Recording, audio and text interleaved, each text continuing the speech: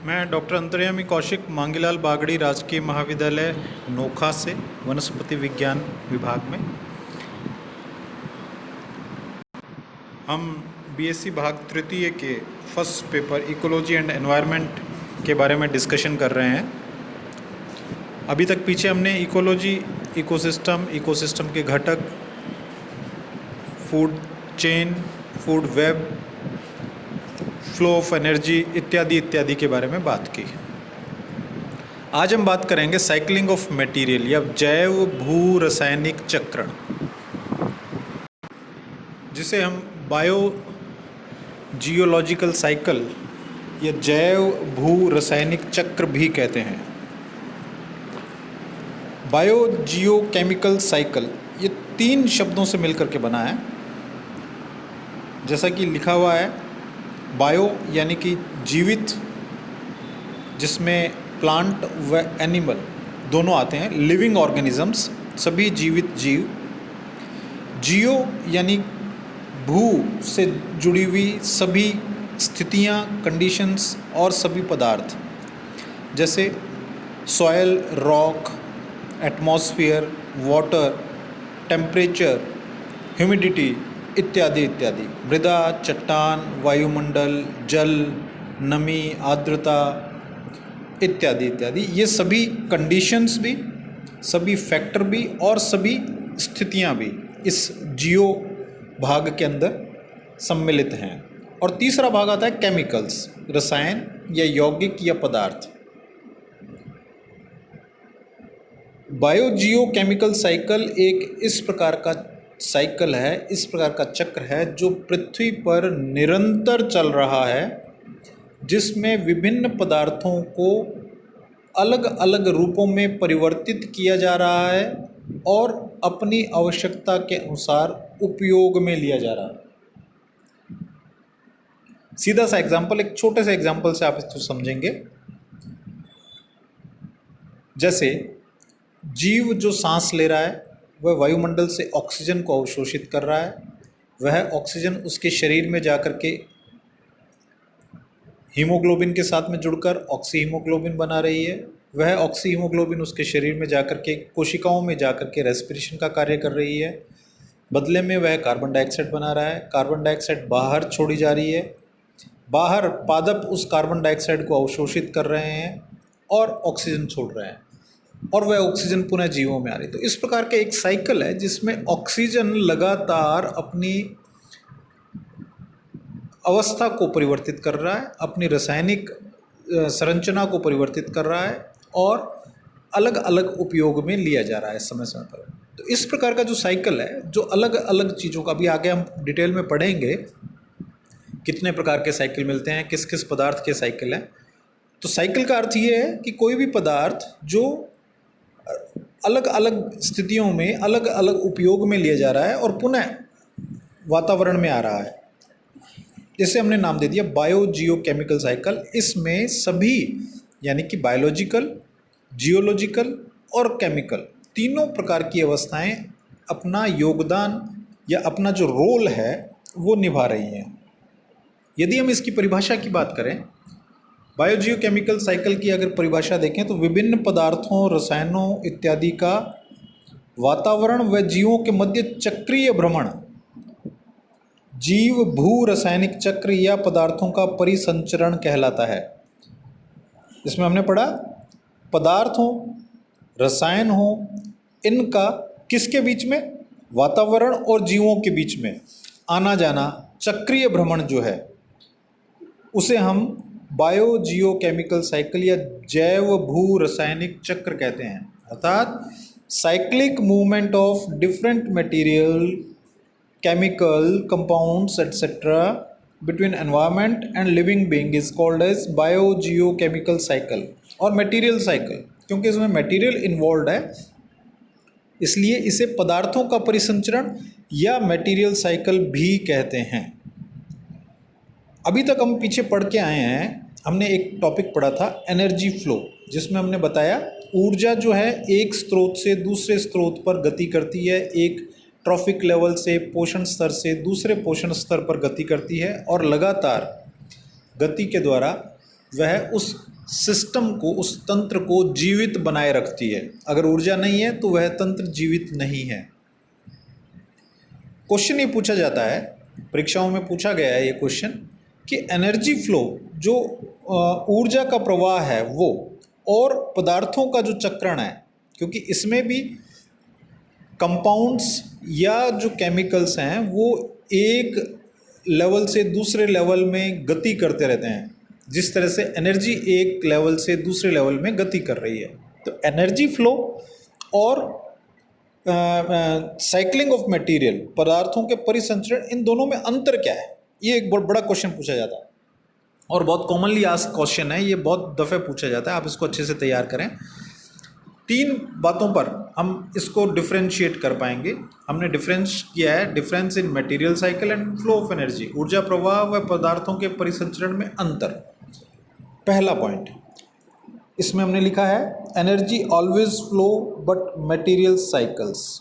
इसमें हमने बताया फ्लो और साइकिल में क्या डिफरेंस है। पहले तो ये समझें आप, नदी बहती है, रिवर फ्लोज, एक स्रोत से जहाँ से वह ओरिजिनेट हो रही है वहाँ से समुद्र तक, एक स्रोत से, उत्पन्न होने वाले स्रोत से, ओरिजिनेट होने वाले सोर्स से और एंड सोर्स तक गति करना, इसको हम कहते हैं फ्लो या प्रवाह। लेकिन साइक्लिंग का क्या मतलब होता है?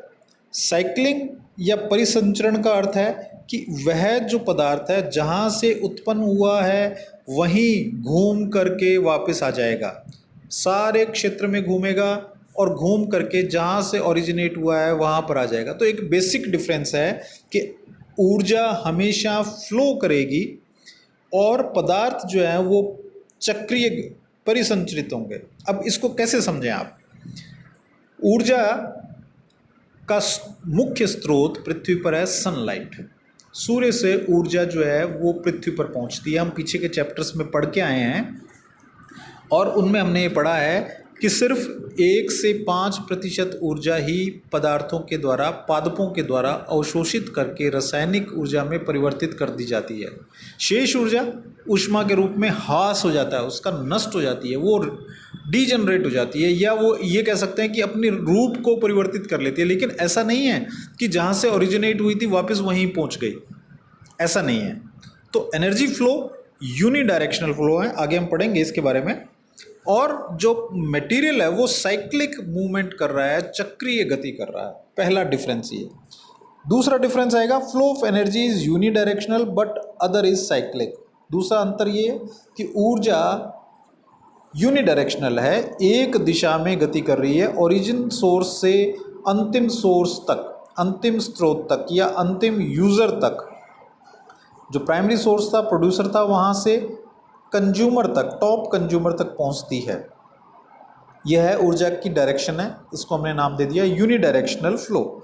जबकि जो पदार्थ हैं वो चक्रीय है, मैंने पहले भी बताया, एक साइकिल के अंदर मूव कर रहे हैं, एक चक्र के रूप में गति कर रहे हैं। वो जहाँ से ओरिजिनेट होते हैं वापस वहीं पहुँचते हैं। तो इस प्रकार की गति चक्रीय गति कहलाती है। तीसरा सबसे बड़ा अंतर हमने पीछे पढ़ा कि ऊर्जा प्रत्येक पोषक स्तर पर 90% ऊर्जा को वह पोषक स्तर उपयोग में ले लेता है।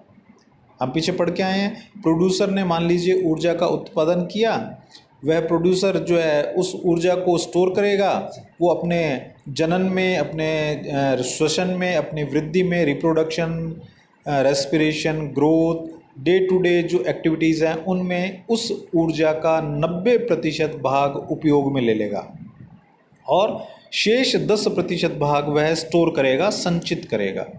वह 10% भाग अगले ट्रॉफिक लेवल पर, अगले पोषक स्तर पर स्थानांतरित हो जाएगा।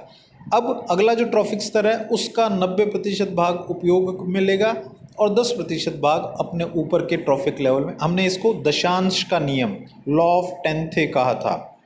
तो ऊर्जा जो है हीट के रूप में, ऊष्मा के रूप में, कार्य के रूप में प्रत्येक ट्रॉफिक स्तर पर नष्ट हो जाती है, जबकि जो पदार्थ है वह नष्ट नहीं होता, वह सिर्फ अपनी रासायनिक अवस्था को परिवर्तित करता है वह शायद ऑक्साइड के रूप में होगा तो आगे दूसरे रूप में कार्बाइड के रूप में चला जाएगा, लेकिन वह जितनी मात्रा में एक स्तर पर है उतनी मात्रा में दूसरे स्तर पर स्थानांतरित हो जाता है। तो ये 3 बेसिक डिफरेंसेस हैं फ्लो ऑफ एनर्जी और मटेरियल साइकिल के अंदर। इसके बाद में आता है हमारे पास में type of biogeochemical cycles. Biogeochemical cycles को हमने मुख्यतया 3 प्रकारों में विभेदित किया है। पहला है हमारे पास में हाइड्रोलॉजिकल साइकिल, जल चक्रण। दूसरा है हमारे पास में गैसियस साइकिल, गैसीय चक्रण। और तीसरा है हमारे पास में सेडिमेंट्री साइकिल, अवसादी चक्रण। 3 आवश्यक मूलभूत आवश्यकताएं हैं। जल जो कि एक विलायक के रूप में कार्य कर रहा है, सभी रासायनिक क्रियाओं को ये एक सॉल्वेंट के रूप में काम करता है, सभी केमिकल रिएक्शंस को परफॉर्म करवाता है, इसलिए जल अति आवश्यक है। गैस हम श्वसन करते हैं, कार्बन डाइऑक्साइड छोड़ते हैं, जो गैसीय आदान प्रदान है प्रत्येक जीव के लिए आवश्यक है, तो गैसियस साइकिल हो गया। और तीसरा आया हमारे पास में सेडिमेंट्री साइकिल। इसमें वे पदार्थ हैं जो भूमि में या मृदा में संचित किए जाते हैं अवसाद के रूप में, सेडिमेंटेशन के रूप में। सेडिमेंटेशन एक तरह का डिपोजिशन ऑफ लेयर्स है, स्तरों का जमाव है जो पृथ्वी का निर्माण करता है, मृदा के भिन्न भिन्न स्तरों का निर्माण करता है, सॉइल के अलग अलग लेयर्स का निर्माण करता है। इसे हम अवसाद या सेडिमेंट कहते हैं। तो सेडिमेंट में पाए जाने वाले जो पदार्थ हैं उनका अगर चक्रण है तो उसे हम अवसादी चक्रण या सेडिमेंट्री साइकिल कहते हैं। आज हम बात करेंगे हाइड्रोलॉजिकल साइकिल के बारे में। हम बात कर रहे हैं हाइड्रोलॉजिकल साइकिल की या वाटर साइकिल की। इसको हमने स्लाइड के माध्यम से प्रदर्शित किया है। आप लोगों से निवेदन है कि थोड़ा सा इंग्लिश भी आप इसमें पढ़ा करें ताकि आपकी इंग्लिश भी ठीक हो और आपको कुछ शब्द भी समझ में आए।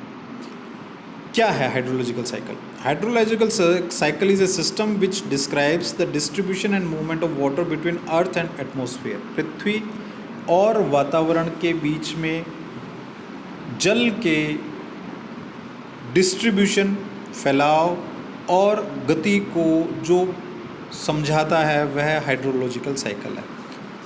यानी कि पृथ्वी पर जो उपस्थित जल है और वातावरण में जो उपस्थित जल है वो किस प्रकार से आपस में एक दूसरे के साथ जुड़े हुए हैं और गति करते हैं, यह हाइड्रोलॉजिकल साइकिल के बारे में बताता है। इस The model involves the continual circulation of water between the ocean, atmosphere, vegetation and land. अब इसमें 4 जो है मुख्य किरदार हैं, मुख्य रोल जिनका है वो है समुद्र, वातावरण, वेजिटेशन यानी कि प्लांट्स और भूमि, लैंड। इनके बीच में जल का आदान प्रदान होता है, जल गति करता है और गति करके हाइड्रोलॉजिकल साइकिल का निर्माण करता है। अब ये हाइड्रोलॉजिकल साइकिल कार्य कैसे करता है, इसको ऊर्जा कहाँ से प्राप्त होती है, या इसका जो मुख्य जो पार्ट है वो कैसे प्ले होता है, तो इसमें हमें नोट करना पड़ेगा कि वाटर साइकिल में जितनी भी ऊर्जा है वो सूर्य ऊर्जा के द्वारा प्राप्त की जाती है। जो गति है जल की इन चारों के बीच में वो सूर्य ऊर्जा के द्वारा, इसलिए the water cycle is driven by energy from the sun. सूर्य ऊर्जा के द्वारा यह गति करता है। क्या है वाटर साइकिल? देखें आप, वाटर साइकिल में जल की 4 अवस्थाएं हैं।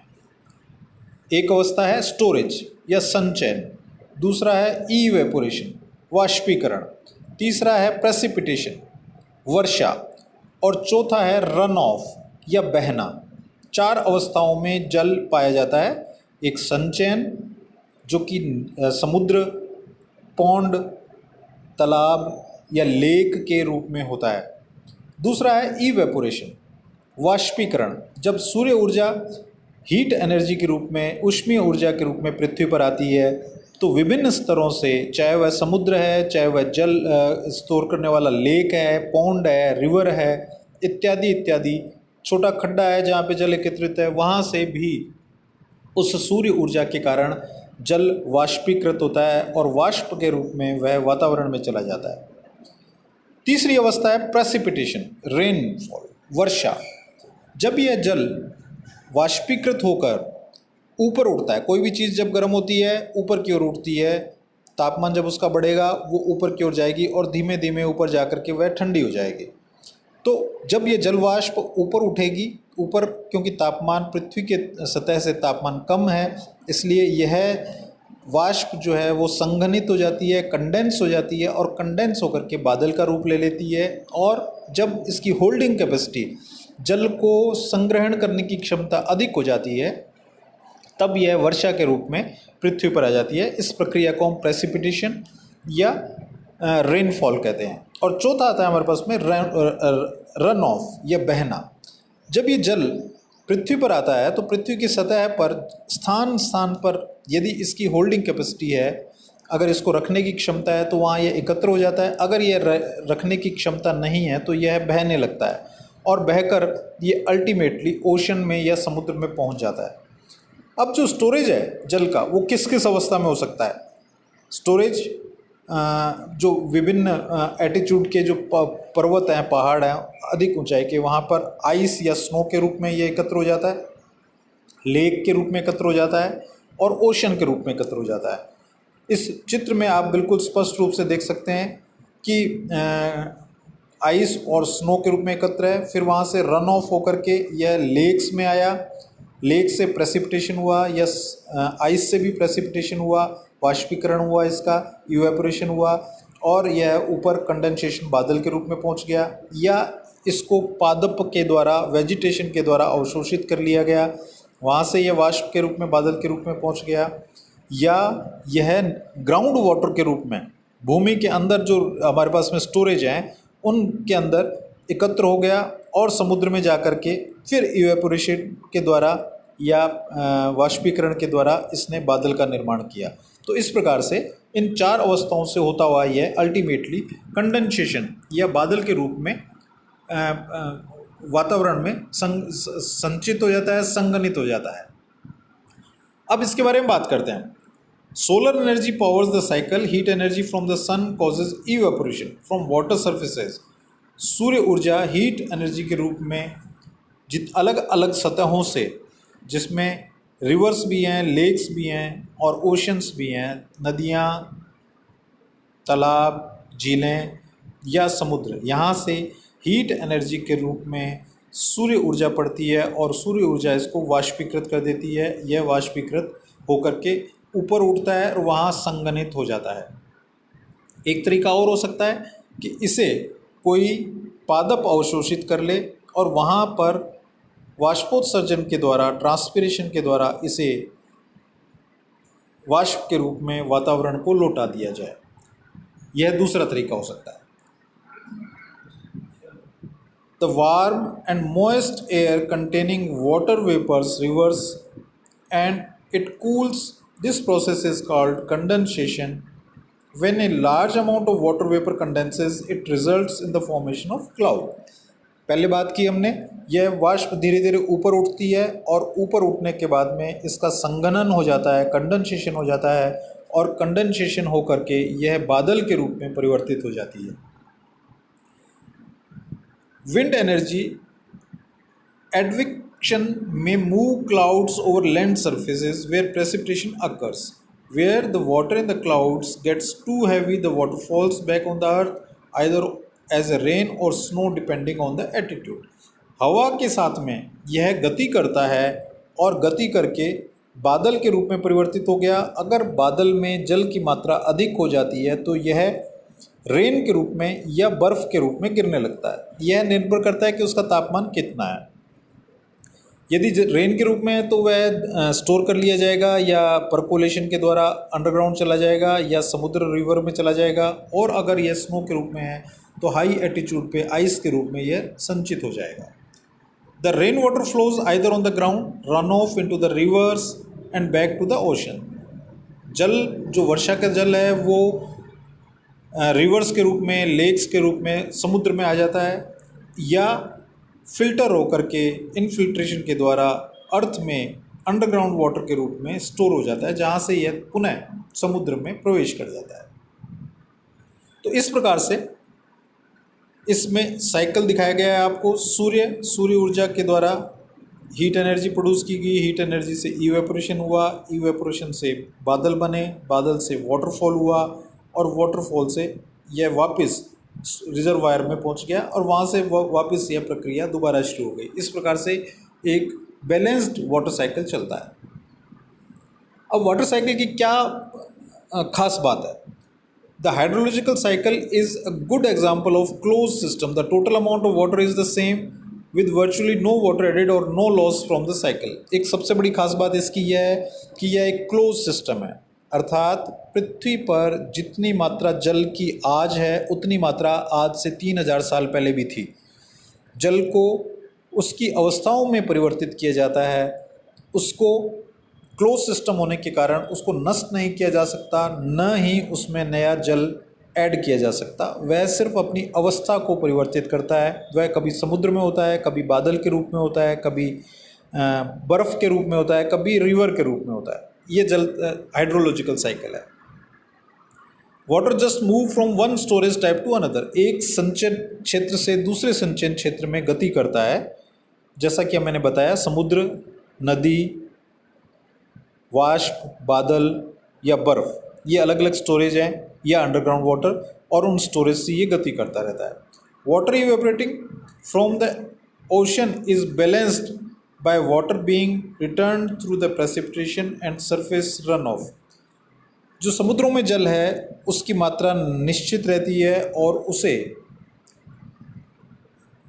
वर्षा के द्वारा, नदी के द्वारा पुनः फिल किया जाता है, उसे उसकी मात्रा को पुनः बनाया जाता है। तो इस प्रकार से जल साइकिल जो है वह एक क्लोज साइकिल होने के कारण जल की मात्रा को नियंत्रित करता है। आज के इस लेक्चर में हमने हाइड्रोलॉजिकल साइकिल और बायोजियोलॉजिकल साइकिल के बारे में पढ़ा। अब मैं आपको इससे जुड़े हुए कुछ क्वेश्चंस देता हूं जो असाइनमेंट के रूप में है, और वह असाइनमेंट आपको कंप्लीट करना है। पहला क्वेश्चन है, बायोजियोकेमिकल साइकिल का शाब्दिक अर्थ बताएं, वर्ड मीनिंग। बायोजियोकेमिकल साइकिल का वर्ड मीनिंग बताएं। दूसरा क्वेश्चन है, बायोजियोकेमिकल साइकिल्स की परिभाषा दें। तीसरा क्वेश्चन है हमारे पास में, एनर्जी फ्लो व मटेरियल साइकिल में अंतर स्पष्ट करें। और चौथा क्वेश्चन है, हाइड्रोलॉजिकल साइकिल्स का वर्णन करें, जल चक्रण का वर्णन करें। धन्यवाद।